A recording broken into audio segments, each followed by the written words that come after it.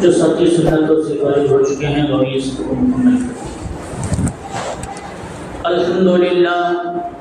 الحمدللہ نحمده ونستعینه ونستغفره ونؤمن به ونتوکل علیہ ونعوذ باللہ من شرور انفسنا ومن سیئات اعمالنا من يهد الله فلا مضل له ومن يضلله فلا هادي له ونشهد أن لا إله إلا الله وحده لا شريك له ونشهد أن سيدنا ومولانا محمدا عبده ورسوله صلى الله عليه وعلى آله وأصحابه وبارك وسلم تسليما كثيرا كثيرا أما بعد فأعوذ بالله من الشيطان الرجيم بسم الله الرحمن الرحيم قل إن صلاتي ونسكي ومحياي ومماتي لله رب العالمين وقال النبي صلى الله عليه وسلم إن الله لا ينظر إلى صوركم وأموالكم ولكن ينظر إلى قلوبكم وأعمالكم أو كما قال عليه الصلاة والسلام صدق الله العظيم وصدق رسوله النبي الكريم رب اشرح لي صدري ويسر لي أمري واحلل عقدة من لساني يفقهوا قولي۔ ایک مرتبہ نبی اکرم صلی اللہ علیہ وسلم پر درود شریف پڑھ لیجیے۔ اللهم صل على محمد وعلى آل محمد كما صليت على إبراهيم وعلى آل إبراهيم إنك حميد مجيد اللهم بارك على محمد وعلى آل محمد كما باركت على إبراهيم وعلى آل إبراهيم إنك حميد مجيد۔ محترم بزرگوں اور عزیز دوستوں، اللہ تبارک و تعالیٰ کا احسان، اللہ کا فضل اور اللہ کا کرم ہے کہ اللہ تبارک و تعالیٰ نے ہم تمام کو نماز جمعہ کے لیے اپنے گھر مسجد جلد سے جلد آنے کی توفیق نصیب فرمائی۔ جو باتیں کہی جائیں اللہ تعالیٰ ہم تمام کو ان باتوں پر عمل کرنے کی توفیق نصیب فرمائے۔ بزرگوں، دوستوں اور عزیزوں، ذی الحجہ کا مہینہ ختم ہونے کے قریب ہے اور محرم کا مہینہ شروع ہونے کے قریب ہے۔ گویا محرم کا مہینہ یہ اردو کے اعتبار سے، اسلام کے اعتبار سے پہلا مہینہ، اور ذی الحجہ کا مہینہ آخری مہینہ کہلاتا ہے۔ محرم کے پہلے محرم کی تاریخ گویا یہ بھی قربانی سے بھری ہے، اور ذی الحجہ کی تاریخ بھی قربانی سے بھری ہے۔ محرم کی پہلی تاریخ، پھر 10ویں تاریخ، اس کے اندر بھی قربانیاں ہیں۔ اب پہلے تاریخ کو کس کی قربانی پیش آئی، 10ویں کو کس کی پیش آئی، انشاءاللہ محرم کی ابتدا میں ہم اس آئینہ جمعہ بیان کرنے کی کوشش کریں گے، اور یہاں ذی الحجہ کے دنوں میں کیا کچھ ہوا، کیا قربانی پیش آئی، کیا واقعہ تھا، وہ سب کچھ ہمارے سامنے آ کر گزر گئے۔ بس نیت اور ارادہ ہمارا مضبوط یہ ہونا چاہیے کہ ہم نے جو کچھ سنا یا جو کچھ ہم نے پڑھا اس پر ہم لوگوں کو کیا کرنا ہے، عمل کرنا ہے۔ اگر عمل کرنے کی نیت سے سنا گیا، پڑھا گیا تو انشاءاللہ اللہ عمل کی توفیق نصیب فرمائیں گے۔ اور اگر یہ دل میں ہو کہ اللہ نے 2 کان اس لیے دیے ہیں، ایک کان سے سننا اور دوسرے کان سے، پھر کیا وہ تفاصیر اور کیا وہ واقعات جو حضرت ابراہیم کے گزرے ہمارے لیے کچھ بھی عبرت اور کچھ بھی سبق نہیں رکھتا ہے۔ حضرت ابراہیم علیہ السلام کے جتنے بھی واقعات ہم نے بقرعید کے تعلق سے، قربانی کے تعلق سے، حج کے تعلق سے سنے، ان تمام واقعات کا خلاصہ اور لب لباب یہ نکلتا ہے کہ اللہ کے لیے کرنا اور اللہ کو راضی کرتے ہوئے تمام اعمال کو ہمیں کرنا۔ کس کے لیے کرنا ہے؟ اللہ کے لیے۔ حضرت ابراہیم نار نمرود میں ڈالے گئے. سبق اس واقعے سے ہمیں یہ ملتا ہے حضرت ابراہیم نے اتنی بڑی قربانی پیش کی اور اتنا بڑا امتحان نار نمرود میں جانے کے لیے تیاری کی. اس کے پیچھے مقصد یہی تھا کہ میرا رب مجھ سے راضی ہے. واقعہ گزرا، توحید کی دعوت دی، باپ نے، قوم نے، نمرود نے حضرت ابراہیم کو وطن سے ہجرت کرنے پر مجبور کیا. اپنا گاؤں، اپنا شہر، اپنا گھر، اپنی زمین و جائیداد چھوڑنا یہ کسی کو پسند نہیں ہوتا. نہ ہم لوگوں کو پسند ہوتا ہے، نہ انبیاء کو پسند، نہ اولیاء کو پسند. لیکن کچھ مجبوریاں ایسی بن جاتی ہیں کہ ہجرت کرنا ہی پڑتا ہے. انبیاء کو ہجرت کرنا پڑتا تھا، اللہ کی طرف سے حکم ہوتا تھا. یہاں بھی حضرت ابراہیم کو حکم ہوا اپنا ملک چھوڑو، اپنا گاؤں چھوڑو، اپنے شہر چھوڑو، اپنے ماں باپ چھوڑو، اپنی زمین چھوڑو، اپنے جائیداد مال و متاع سب چھوڑ کر چلے جاؤ. یہ دیکھا حکم کس کا ہے؟ جب اللہ کا حکم ہے، اس حکم کو پورا کرنے کے لیے، اللہ کو راضی کرنے کے لیے ابراہیم وہاں چھوڑ کر چلے. تو ایسے مقام پر گئے کہ وہاں بادشاہ آ کر کھڑا رہا حضرت سارہ کے ساتھ غلط کرنے کے لیے.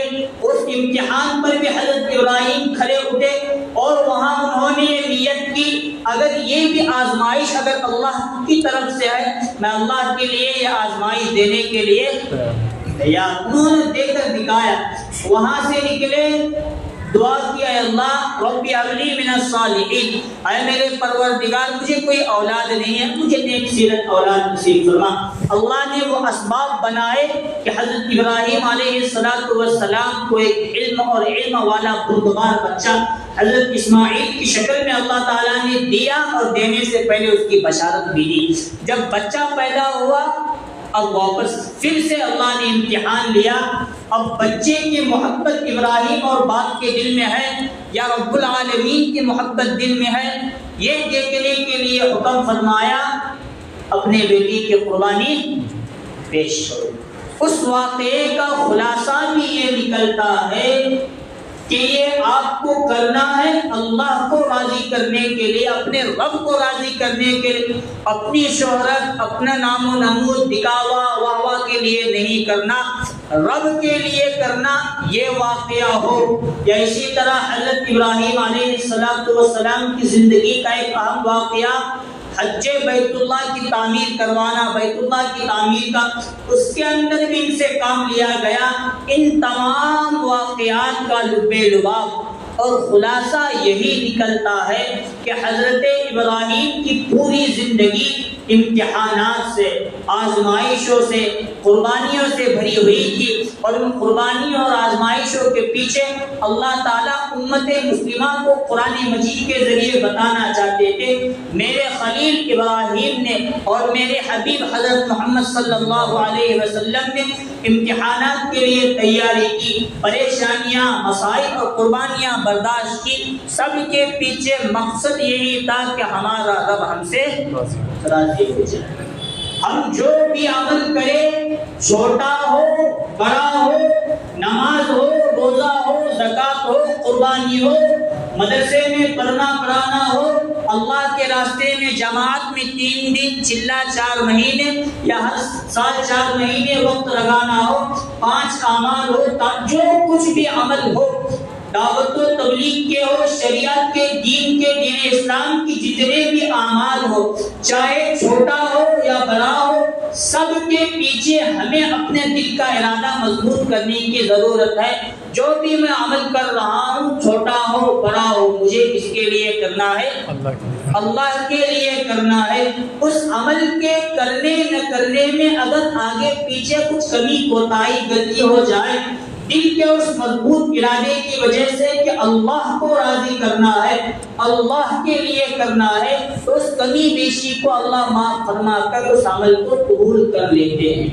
حدیث پاک میں نبی اکرم صلی اللہ علیہ وسلم نے بیان فرمایا، بنی اسرائیل میں ایک شخص نے یہ ارادہ کیا کہ رات کی تاریکی میں، رات کے تاریکی یعنی اندھیرے میں میں اپنا صدقہ ادا کروں.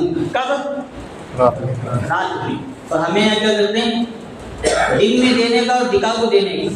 اور آج کل کا ماحول دکھا کو دے تو الگ، جو ڈبے نکلے نہیں چاہے ٹوٹو مار لینے کا. کسی بھی کیا بھی دے، 10-5 روپے دے تو بھی تصویر میں دیا بابا، اور اسے کہاں لگانے کا واپس؟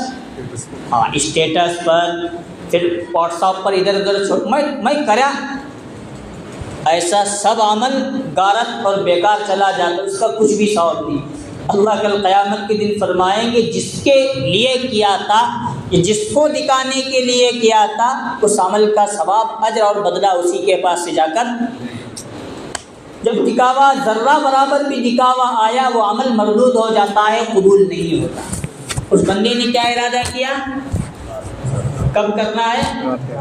دن میں اگر میں کیا تو لوگ دیکھیں گے دیکھ کتنا بڑا سخی ہے، بولیں گے. اس لیے رات میں، اور پہلے زمانے رات کیسی تھی، اب دن کیا اور رات کیا سب برابر، لائٹوں کا زمانہ آنے کے بعد. اور اس زمانے میں دن تو دن ہوتا تھا لیکن رات تاریک ہوتی تھی. کسی جگہ اجالا اور کسی جگہ سفیدی اور چراغ کی روشنی بھی ملنا بڑا مشکل کام. اس زمانے میں بنی اسرائیل کے زمانے میں اس نے ارادہ کیا کہ میں رات کے تاریکی میں صدقہ اللہ کے لیے دے دوں. صدقہ لے کر وہ بندہ نکل پڑا، اور جا کر اس بندے نے ایک کے ہاتھ میں صدقہ دے دیا. صبح چرچا ہونے لگا کہ ایک بندے نے رات کی تاریکی میں ایک چور کو صدقہ دیا ہے. اصل میں مسئلہ کیسے، کسی بھی غار کے اندر کوئی ہمیں نہ دیکھتا ہو، وہاں بھی نیک عمل کرے یا گناہ کرے، ایسا نہیں کہ وہ نیک عمل یا گناہ چھپ کر رہے. اللہ کبھی نہ کبھی اس کو لوگوں کے سامنے ظاہر کر کے رکھے، چاہے نیک عمل ہو چاہے برا کام ہو، برا گناہ ہو، اس کو اللہ لوگوں کے سامنے ظاہر کر کے رکھتے. کہیں پہ بھی ہم کریں تو اس بندے نے رات میں کیا، صبح میں اللہ نے لوگوں کے سامنے اس کا اظہار کیا. لوگوں کی زبان سے نکلنے لگا کہ ایک بندے نے رات کی تاریکی میں صدقہ دیا، لیکن اس نے صدقہ کس کے ہاتھ میں دیا؟ چور. مطلب لوگوں کی زبان پر چرچا یہ ہوا تو اس بندے تک بات پہنچی کہ میرا صدقہ چور کو ادا کیا تو کہاں سے قبول ہونے والا. صدقہ تو غریب کے ہاتھ میں جانا چاہیے، مدرسے میں جانا چاہیے، کسی مفلس یتیم بیوہ کے ہاتھ میں جانا چاہیے. مطلب میرا صدقہ نہیں. اب اس نے واپس دل میں ارادہ کیا آج رات پھر میں صدقہ کروں، اور وہ بھی کس کے لیے؟ اخلاص، اللہ کے لیے کروں گا. پھر رات میں اپنا صدقہ لے کر نکلا اور صدقہ ادا کیا. دوسرے دن صبح پھر لوگوں کے سامنے چرچا ہونے لگا کہ رات میں ایک بندے نے صدقہ دیا لیکن ایک زانیہ بدکار عورت کو اپنا صدقہ دے دیا. اب اس کے دل پر واپس یہ بات لگی. پہلے دن صدقہ دیا، چور کو دیا، قبول نہیں. دوسرے دن صدقہ دیا، کس کو دیا؟ بدکار عورت کو دیا، گناہ کرنے والی. وہ میرا پیسہ کہاں کام میں لائے بتا نہیں سکتے، وہ بھی صدقہ میرا. اب تیسرے دن اس نے ارادہ کیا کہ آج رات پھر میں صدقہ کروں گا. پھر تیسرے دن رات میں صدقہ لے کر نکلا اور جا کر صدقہ ادا کیا. اب واپس دوسرے دن صبح میں چرچا ہونے لگا فلاں رات میں ایک بندے نے مالدار کے ہاتھ میں اپنا صدقہ دے دیا. اللہ نے اس کے تینوں صدقوں کو قبول کیا. اللہ نے اس کے پہلا تو قبول نہیں ہونے والا چور کے ہاتھ میں، دوسرا زانی اور تیسرا مالدار. انہیں خود زکات صدقہ دینے ہونا، انہیں لینے لیا تو کہاں سے قبول ہونے والا. لیکن اس کے دل میں یہ تھا کہ میں جو صدقہ دے رہا ہوں کس کے لیے دے رہا ہوں؟ عمل میں آگے پیچھے ہو رہا ہے لیکن دل کا ارادہ اور اخلاص اللہ کی رضا للہیت ہے. اس لیے اللہ نے تینوں صدقے اس کے قبول فرمائے. اور اس کی برکت سے چور کے دل میں اللہ نے یہ بات ڈالی جب بیٹھے بٹھائے اللہ رزق دے سکتا ہے تو مجھے چوری کرنے کی. اس دانیہ کے دل میں اللہ نے بات ڈالی جب بیٹھے بٹھائے حلال رزق اللہ رات کی تاریکی میں مجھ کو پہنچا سکتے ہیں تو مجھے اپنا منہ کالا کرنے کی کیا ضرورت ہے؟ اور اس مالدار کے دل میں اللہ تعالیٰ نے یہ بات ڈالی، میں تو بڑا مالدار ہوں لیکن لوگ رات کی تاریکی میں اللہ کو راضی کرنے کے لیے اپنا مال اللہ کے راستے میں خرچ کر رہے ہیں، تو مجھے اپنا مال کتنا خرچ کرنے کی ضرورت ہے؟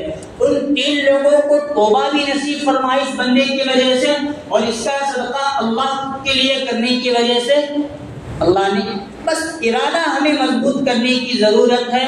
ہم جو بھی عمل کریں چاہے چھوٹا ہو بڑا ہو، کس کے لیے کرنا، یہی قرآن مجید کے ذریعے حضرت ابراہیم علیہ السلام کے واقعات کے ذریعے ہمیں سبق ملتا ہے۔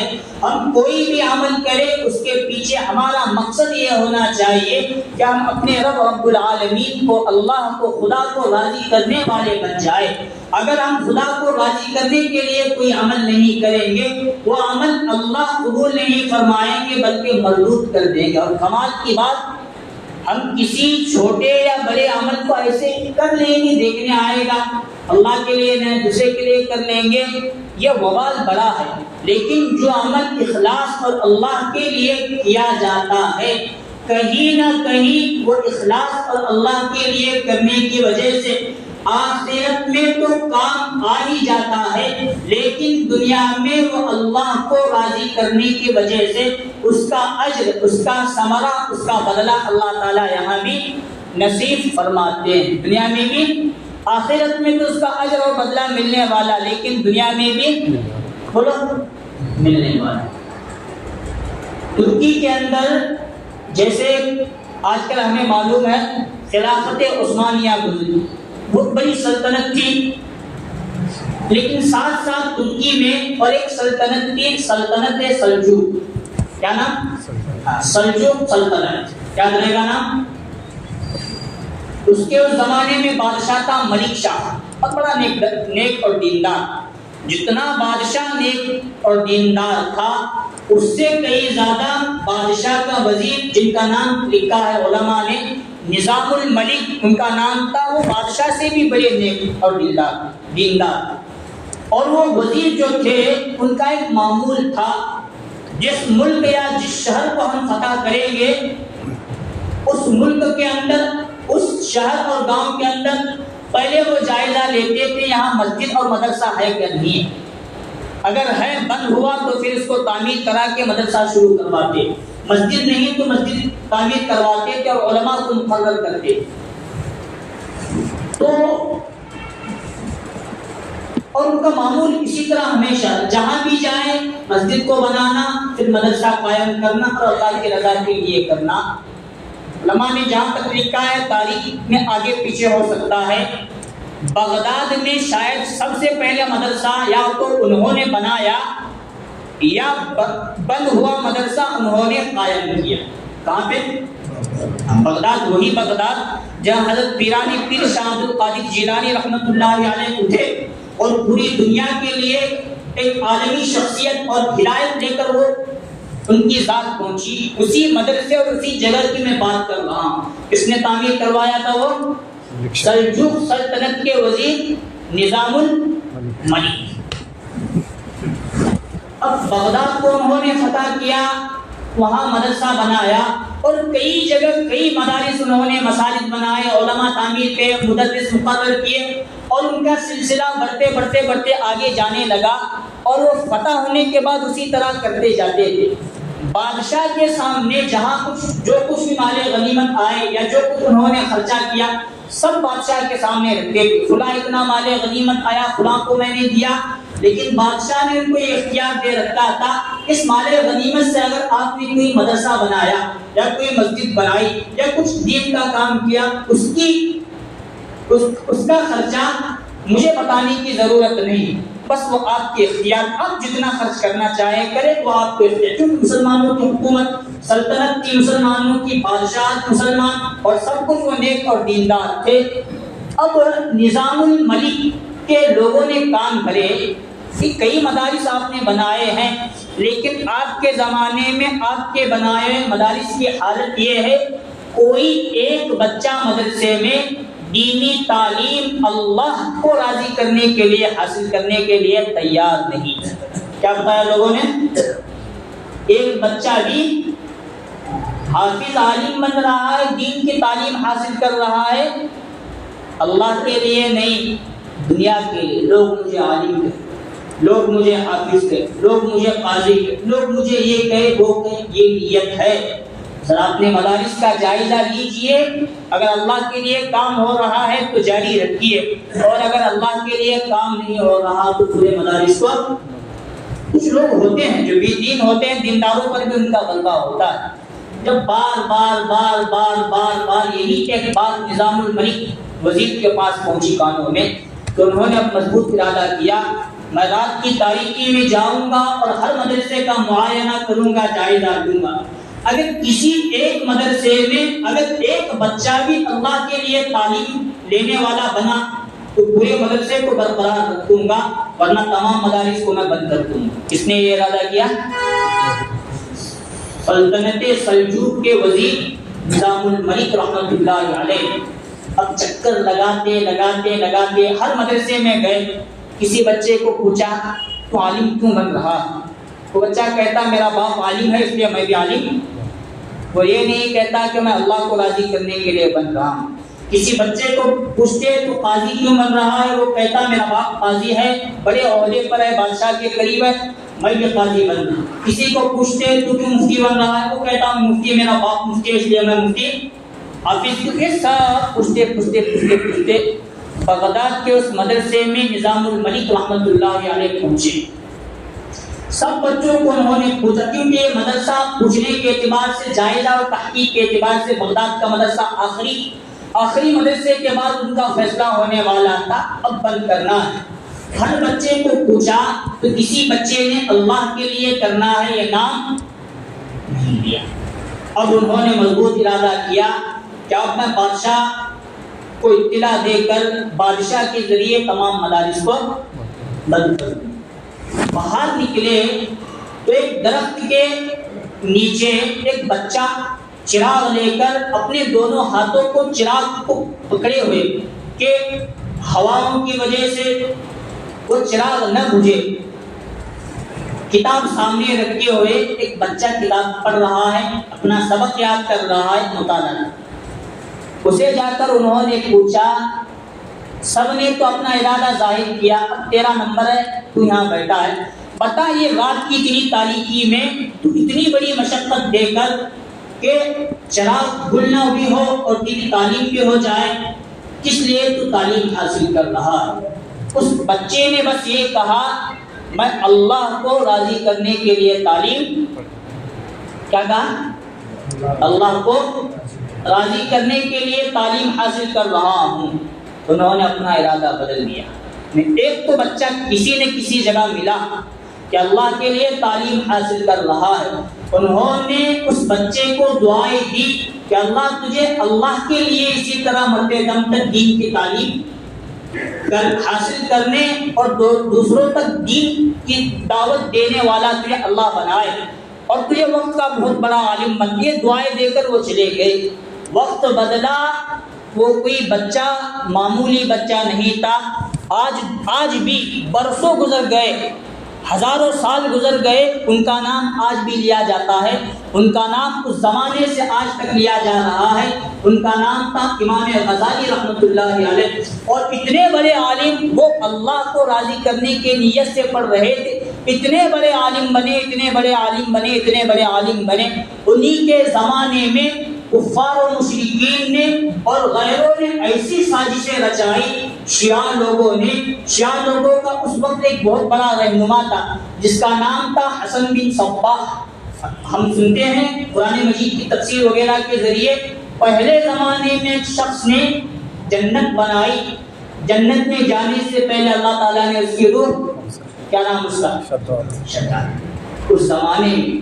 لیکن حسن بن صباح اس امت کا ایسا شداد تھا، اس نے ایک جنت نہیں کئی جنتیں بنائی، اور جس جگہ بیٹھتا تھا وہاں کا ماحول جنت والا ماحول بنا۔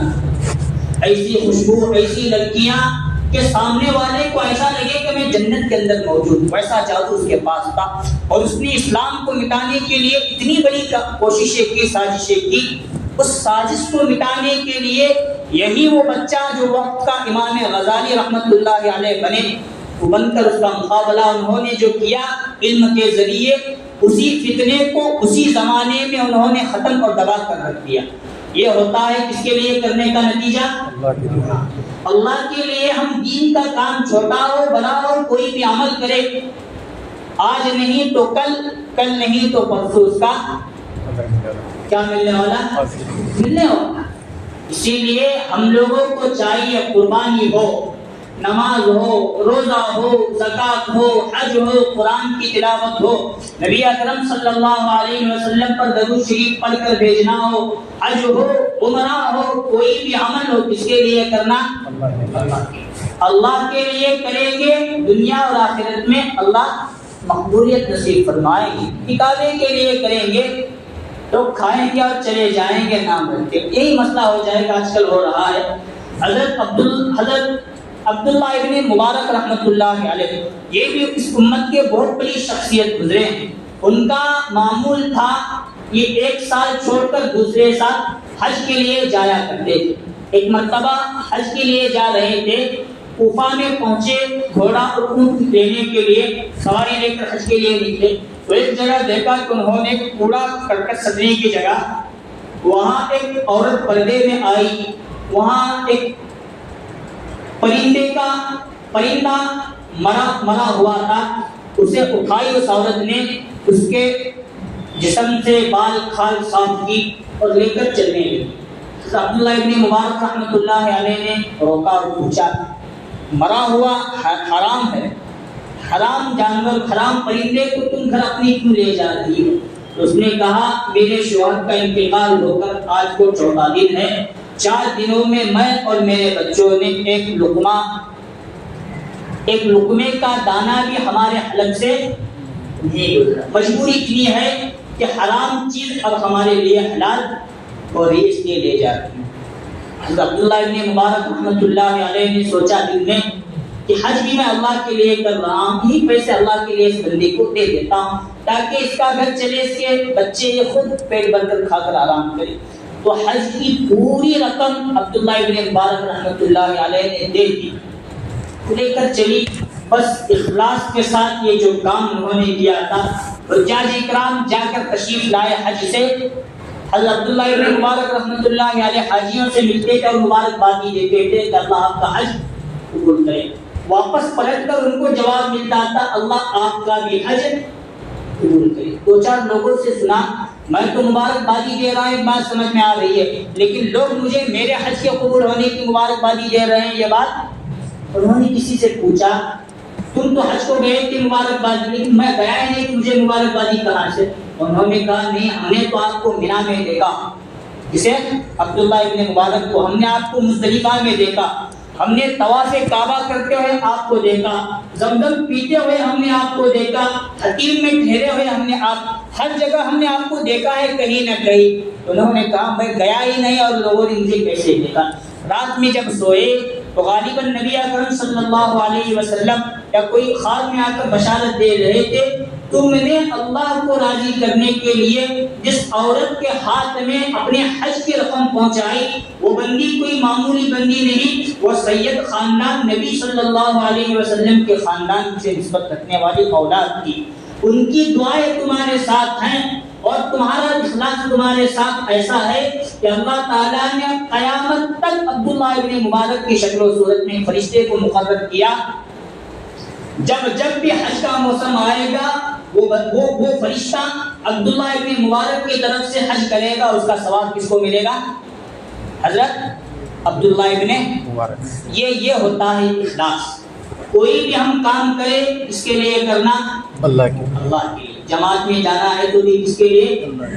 مدرسے میں بھی جانا ہے اللہ کے لیے، نماز پڑھنا ہے اللہ کے لیے، ہر کام اللہ کے لیے کریں گے، اس کا اجر دنیا میں بھی اللہ تعالیٰ نصیب فرمائیں گے اور آخرت میں بھی اللہ تعالیٰ نصیب فرمائیں گے۔ اللہ تعالیٰ سے دعا ہے اللہ تعالیٰ ہمارے اندر اخلاص نصیب فرمائے، للہیت نصیب فرمائے، تمام اعمال اللہ اپنے رضا کے لیے کرنے کی توفیق نصیب فرمائے۔